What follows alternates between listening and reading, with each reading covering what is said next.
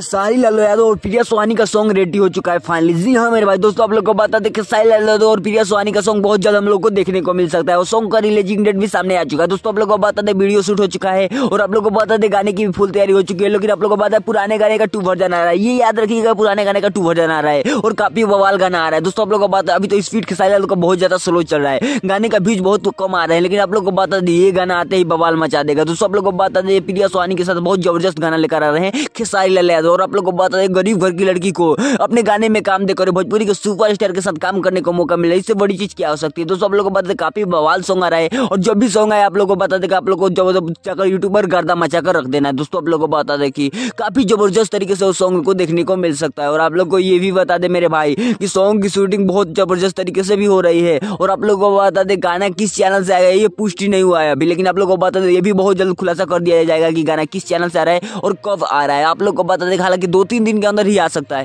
कल या परसों आ सकता है वो गाना, लेकिन आप लोग को बता दें काफी जबरदस्त गाना होने वाला है और गाने की इंतजार सबको है और काफी बवाल गाना होने वाला है। गाना आएगा जब धूर मचा कर रख देना है। मिलते हैं किसी नए वीडियो में किसी नए टॉपिक के साथ, सारी अपडेट आपको देने वाले। इस चैनल पर नए चैनल को सब्सक्राइब कर लीजिएगा।